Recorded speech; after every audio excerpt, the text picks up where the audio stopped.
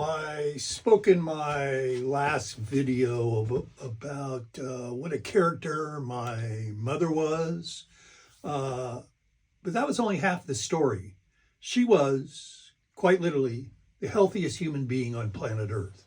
You could be as healthy as her, but you couldn't be healthier because she was never ill in her life, not once. Not as a kid, not when she had four boys and we brought home every conceivable crud like any kid does, flus, colds, all that. She got nothing. She was a freak of nature. I always thought she should be on magazine covers all over the world. And imagine being her kid. Imagine trying to stay home and fake it or plead that you were ill. I mean, she literally didn't even know what it was. I asked her once in her 70s, well, what was menopause like for you? And she said, I had a headache one night. God. Now, the only time my brothers and I ever saw her approaching anything like ill is when I was about 14. We were skiing and she spent the day on the porch at the lodge and she got sunstroke. So we took her home, and when we did, she laid down on the bed. And my brothers and I still talk about it because that was literally the only time in our lives that we ever saw her in the prone position. No flus, no cold. Nothing, ever. The only time you see her sick is from the sun. Yeah. I'm serious. What did she do for her health? Like, did she like have a lot of oranges? No. Did she eat apples? Like, she barely ate ever. The only time I ever saw her eating, at dinner, she'd kind of pick at her food. And like me, she hated to cook. She did it. But and is she like one of those like housewife moms of the 50s who's just like living on speed? How is she surviving? No. It's just extraordinary vitality. And the only thing I ever saw her like eating, she'd eat half an avocado every day, and for breakfast she'd have a pink grapefruit. But and what is she drinking with this? Is she drinking coffee, tea, milk? No, I think she had a cup of coffee in the morning, and she had a Manhattan. My father would make her a Manhattan every night at 5:00, one cocktail. Just one? Yeah, and of course she never smoked or anything. And when I think, I was probably in my 30s or something, I said, Mom, I've never seen you drink water. And she said, tried it once as a kid, didn't like it. So she didn't, wait, she didn't drink water? She didn't drink fucking water.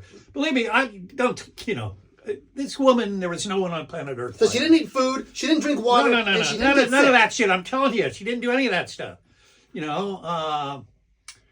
And that remarkable vitality continued throughout her life, long after my father and subsequent to him a series of boyfriends, because she kept her hormones.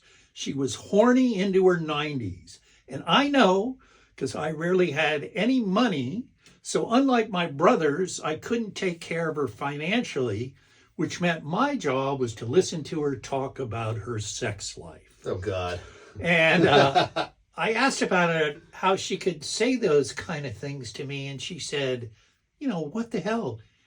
You can tell a guy like you anything. I said, well, still, she got very, very grumpy as years went by. In her 90s, it just became sort of intolerable because she was done.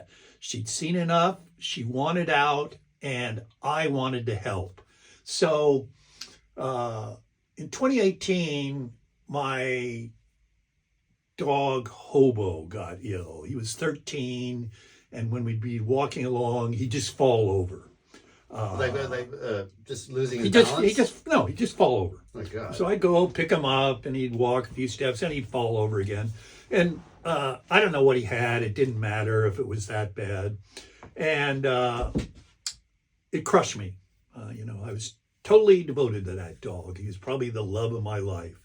And I took him to the vet after office hours, and the vet prepared a couple syringes, and she shot him up with one, and he just sat there for 15 minutes and stared at me. And she says, well, I don't think it's going to have to work. We're going to have to use a second syringe. And then he laid down, put his head on my boot, and died. And, we sat around for a couple of minutes afterwards, making arrangements about what to do with his body and thing. And then she got up and reached for the second syringe. And I said, wait a minute. What are you going to do with that syringe? And she said, why? And I said, well, I'd like to use it on my mother. And, she was outraged, threatened to call the police and everything.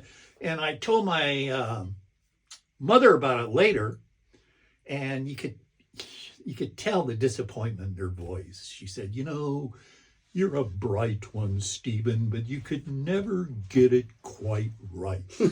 So, she's suggesting that you do it quietly and just grab the syringe? Who knows? What did she mean? Well, I've been through this. She is so disingenuous. I didn't ask her what she meant. You'd never know with my mother. And fortunately, a year after that, they discovered melanoma on the back of her head. I think she was 98 then. And the doctors, the rest home sent her the doctor, and he told her we're going to have to cut it out. And she said, well, what if you don't? And he said, well, it'll probably eat into your brain and kill you. She said, leave it there. That's perfect. So it took like 3 years. Okay, hold on, Steve, really quick. You're telling me the only time you ever see your mom sick ever is from the sun, and then the only thing now that's going to end up killing her is the sun? There was plenty of irony, believe me, all the way.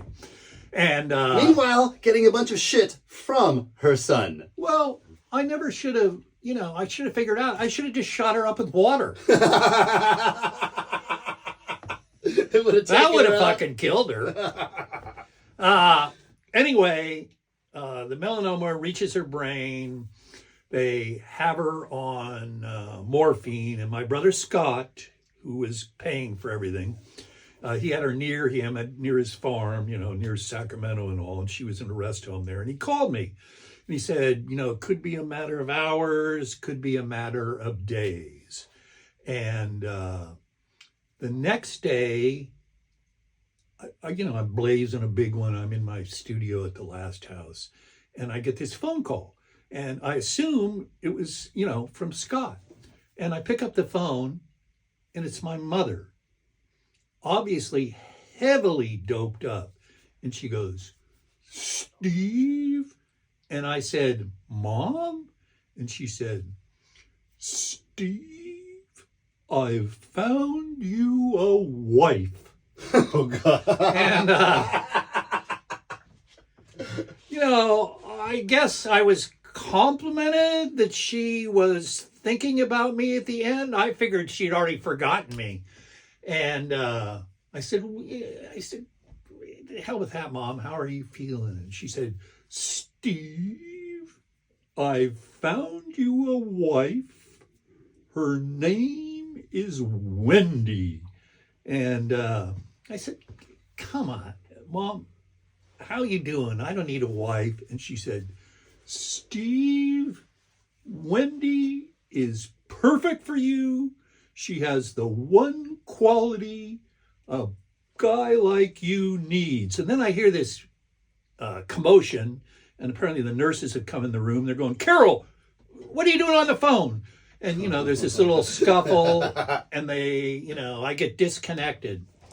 So the next day, my brother lets me know she's died, and a couple days after that, and apparently I was, the last one she spoke to. And a couple days after that, he calls, and we talk about her ashes and what he's going to do with them and everything. And when I was about to hang up, I said, hey, when you went to that rest home, did you ever meet anyone named Wendy? And he said, yeah, there was a younger woman named Wendy that moved in next door to Mom about a month before she died. I said, well, what was she like? And he said, she's blind.